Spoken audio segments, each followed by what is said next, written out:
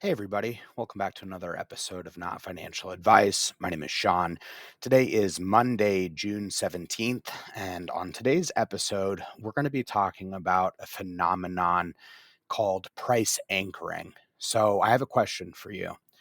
Have you ever bought a stock just to watch it go up 20, 40, 60, 80, 100% in a month or a quarter or a year and have found yourself feeling like a loser despite winning so much? We're going to talk about this and more right after this. You need to diversify your bonds. The only problem you're going to have is that you didn't buy more. Because by the time you read about it in the Wall Street Journal, it's already too late. All right, so welcome back, everybody. Been busy in the last month with a day job, earning some active income so I can continue to contribute to and grow this portfolio. This investment portfolio is what I consider my job to be. Anything else that I'm doing on the side is just sort of in support of that.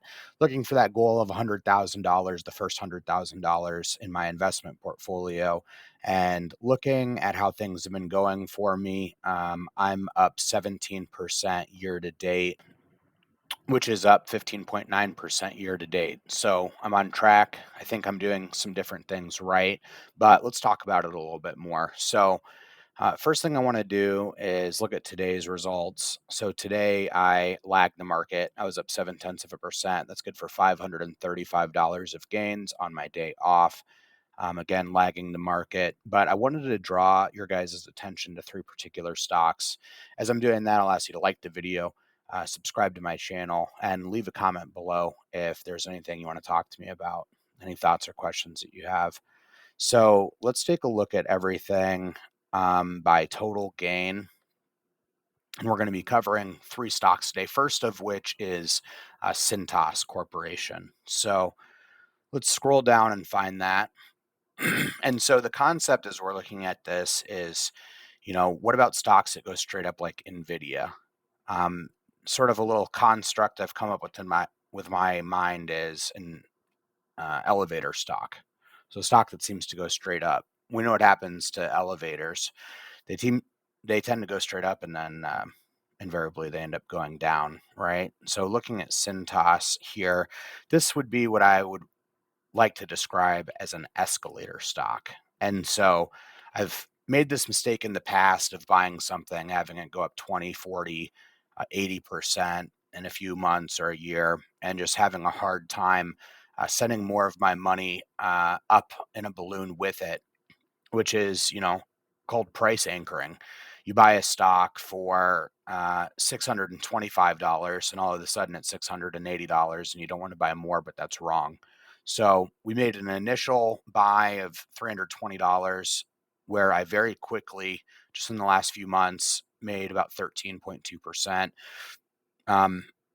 But what I've done here is added another $60 to it, up about 4% in just a week. So that really paints a picture.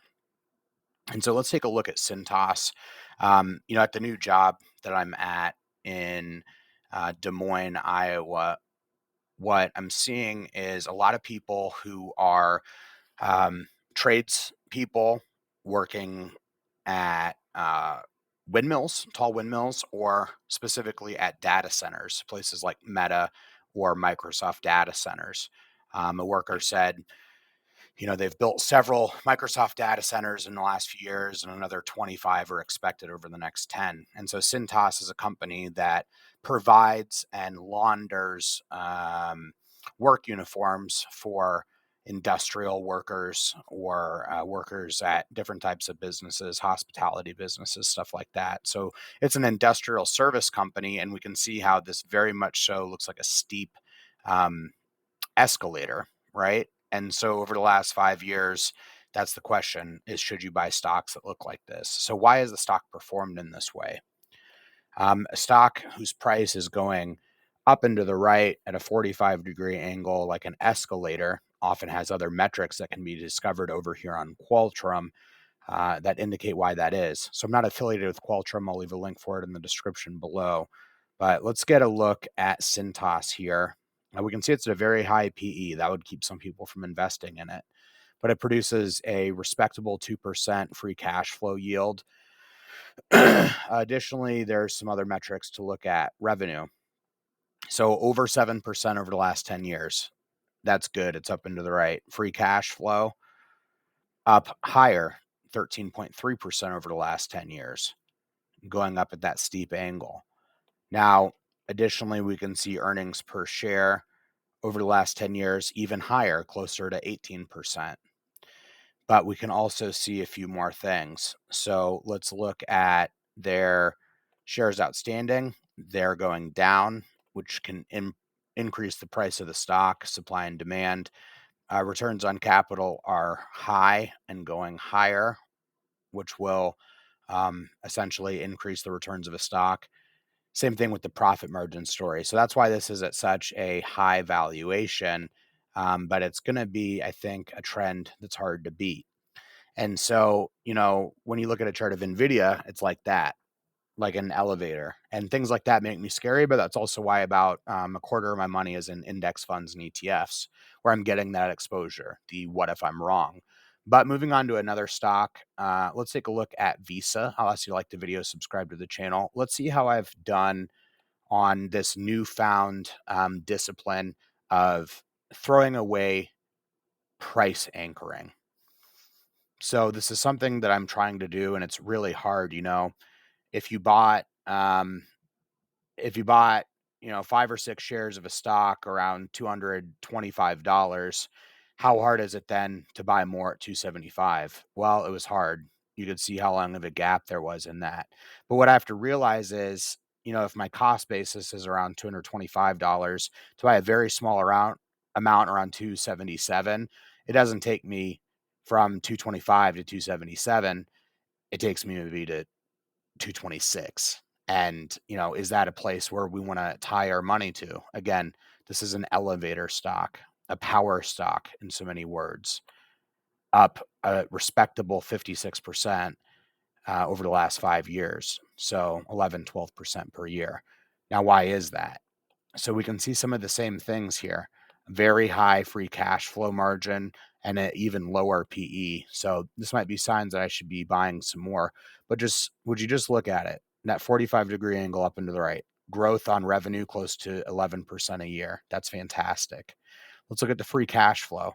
Free cash flow is up over 22% over the last 10 years. Earnings per share up 17% on average over the last 10 years.